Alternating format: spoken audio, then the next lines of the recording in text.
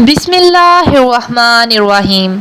حضرت فاطمہ رضی اللہ عنہا اور ایک یہودی عورت کا واقعہ۔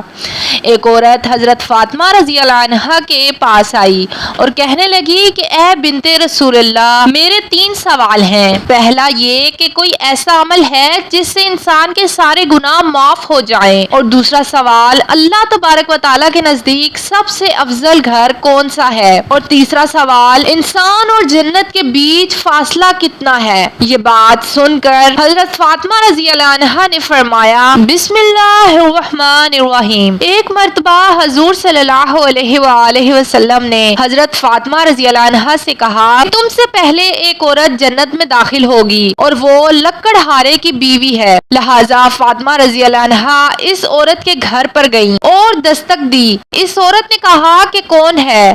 حضرت فاطمہ نے اندر داخل ہونے کے لیے اس سے اجازت طلب کی۔ اس نے یہ کہہ کر آپ سے معذرت کر لی کہ میرے شوہر ابھی یہاں نہیں ہے اور میں ان کی اجازت کے بغیر آپ کو گھر میں نہیں لا سکتی، لہٰذا آپ واپس چلی جائیں اور کل تشریف لائیے گا تاکہ میں ان سے اس حوالے سے اجازت لے سکوں۔ حضرت فاطمہ رضی اللہ عنہا واپس لوٹ آئیں۔ جب اس عورت کا شوہر رات کو گھر آیا تو اس نے حال چال دریافت کیا۔ اتنے میں اس خاتون نے کہا کہ پیغمبر کی بیٹی فاطمہ رضی اللہ عنہا ہمارے ہاں آنا چاہے تو کیا انہیں اجازت ہے؟ اس نے جواباً کہا وہ آ سکتی ہیں۔ اگلے روز حضرت فاطمہ حضرت حسین کو اپنے ہمراہ لیے دوبارہ اس کے پاس آئیں اور حسب سابق ان سے اندر داخل ہونے کی اجازت مانگی۔ اس خاتون نے دوبارہ یہ کہہ کر معذرت کی کہ آپ کے ساتھ اس وقت آپ کا صاحبزادہ بھی ہے، لہٰذا میں اجازت نہیں دے سکتی۔ حضرت فاطمہ دوبارہ لوٹ آئیں۔ رات کو جب اس عورت کا شوہر واپس لوٹ آیا تو اس کی بیوی نے پوچھا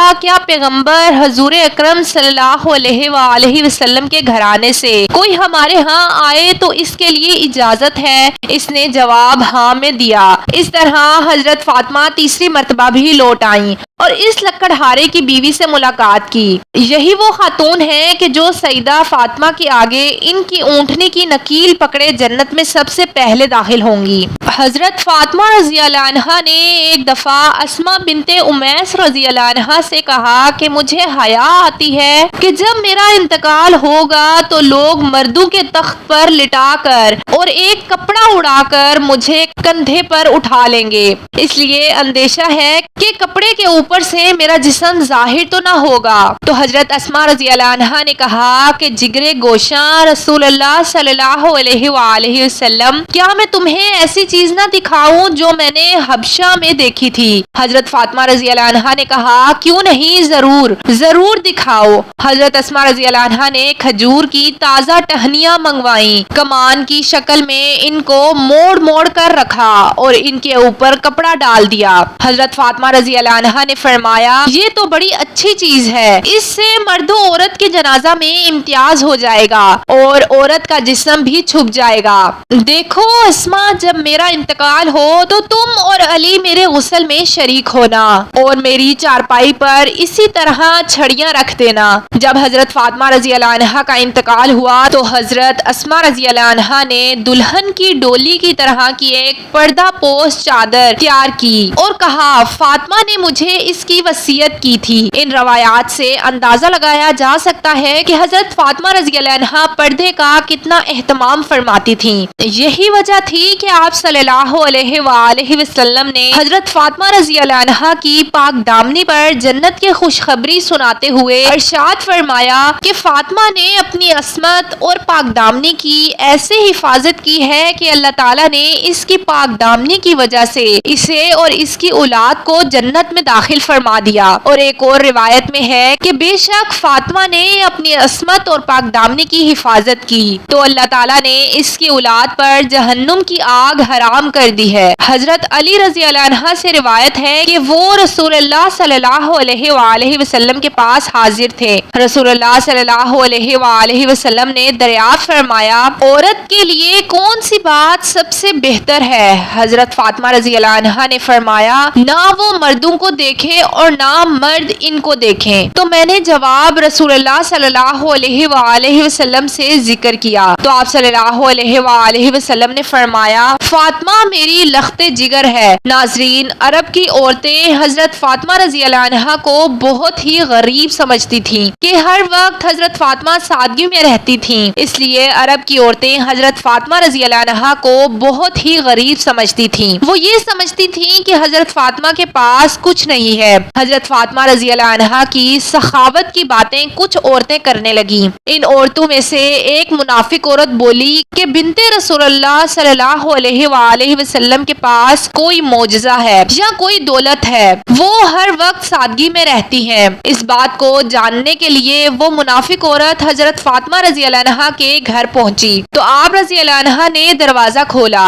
اس عورت کو اندر بلایا، گھر میں بٹھایا تو وہ عورت بولنے لگی اے بنت رسول صلی اللہ علیہ وآلہ وسلم، آپ کی سخاوت کے چرچے سرے عام ہو رہے ہیں، آج میں بھی چاہوں گی کہ آپ مجھے بھی کچھ دکھائیں۔ حضرت فاطمہ رضی اللہ عنہا فرمانے لگی کہ اللہ تبارک و تعالیٰ نے ہر انسان کو وہ عطا کیا ہے جو اس کے لیے بہتر ہے۔ حضرت فاطمہ رضی اللہ عنہا فرمانے لگی اے عورت، وہ نعمتیں دیکھو جو اللہ تبارک و تعالیٰ نے تمہیں جسم کی صورت میں عطا کی ہیں، ان نعمتوں کے آگے دنیا کی دولت کچھ بھی نہیں ہے۔ وہ عورت حضرت فاطمہ رضی اللہ عنہا کی باتوں پہ ہنسنے لگی اور کہنے لگی کہ میں آپ کے گھر پہ دولت دیکھنے آئی ہوں کہ آپ کے پاس کتنی دولت ہے۔ وہ عورت کہنے لگی کہ آپ مجھے کوئی دولت یا معجزہ دکھا دیں تو میں جان جاؤں گی کہ آپ کے بابا اللہ کے رسول ہیں اور آپ کا خاندان سچا ہے۔ حضرت فاطمہ رضی اللہ عنہا نے فرمایا کہ وہاں پر میرا مصلی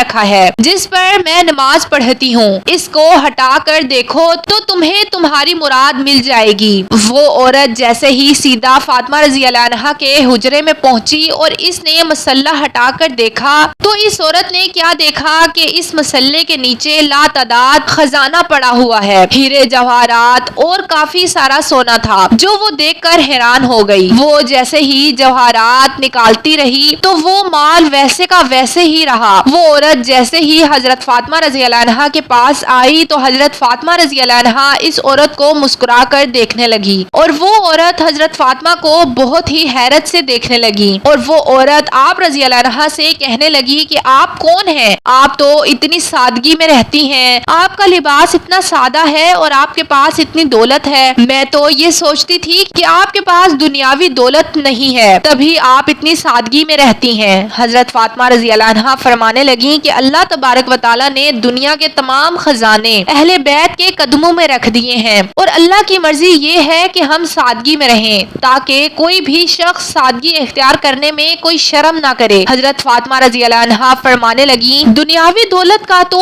آخرت میں سخت حساب دینا پڑے گا۔ جیسے ہی اس عورت نے آپ کا اخلاق اور معجزہ دیکھا تو وہ قدموں میں گر پڑی اور وہ عورت رو کر کہنے لگی کہ اے رسول اللہ صلی اللہ علیہ وآلہ وسلم کی پیاری بیٹی، مجھے معاف کر دیجئے، آپ کے بابا اللہ تبارک و تعالیٰ کے سچے رسول ہیں اور میں اس بات کو تسلیم کرتی ہوں کہ آپ کا گھر اور آپ اللہ کے بہت قریب ہے اور آج میں بھی اسلام قبول کرتی ہوں۔ اسلام ہو رسول اللہ صلی اللہ علیہ وآلہ وسلم کی پیاری بیٹی کی سخاوت پر، جس کو کفار بھی دیکھ کر مسلمان ہو جاتے تھے۔ حضرت فاطمہ رضی اللہ عنہا کے پاس جو کچھ بھی تھا وہ آپ نے اللہ کی راہ میں دے دیا اور اپنے پاس کچھ بھی نہ رکھا۔ حضرت فاطمہ رضی اللہ عنہا اپنے گھر کے سارے کام اپنے ہاتھوں سے کیا کرتی تھی، بچوں کی پرورش بھی کرتی اور گھر میں سارا دن چکی میں آٹا بھی پیسا کرتی تھی۔ آپ رضی اللہ عنہا ہر وقت سادگی میں رہتی۔ ایک عورت آپ رضی اللہ عنہا کے پاس آئی اور کہنے لگی کہ اے بنت رسول اللہ، میرے 3 سوال ہیں۔ پہلا یہ کہ کوئی ایسا عمل ہے جس سے انسان کے سارے گناہ معاف ہو جائیں، اور دوسرا سوال کہ اللہ تبارک و تعالیٰ کے نزدیک سب سے افضل گھر کون سا ہے، اور تیسرا سوال انسان اور جنت کے بیچ کتنا فاصلہ ہے۔ یہ بات سن کر حضرت فاطمہ رضی اللہ عنہا فرمانے لگی کہ میں نے اپنے بابا حضور صلی اللہ علیہ وآلہ وسلم سے سنا ہے کہ اپنے والدین کی خدمت کرنا ایک ایسا عمل ہے کہ اللہ تبارک و تعالیٰ انسان کے گناہ ایسے معاف کر دیتا ہے جیسے آگ لکڑی کو ختم کر دیتی ہے، اور دوسرا سوال تھا کہ اللہ تبارک و تعالیٰ کے نزدیک سب سے افضل گھر کون سا ہے، جس گھر میں عورتوں کا پردہ جتنا افضل ہوگا اللہ کے نزدیک نزدیک اس گھر کا مقام بھی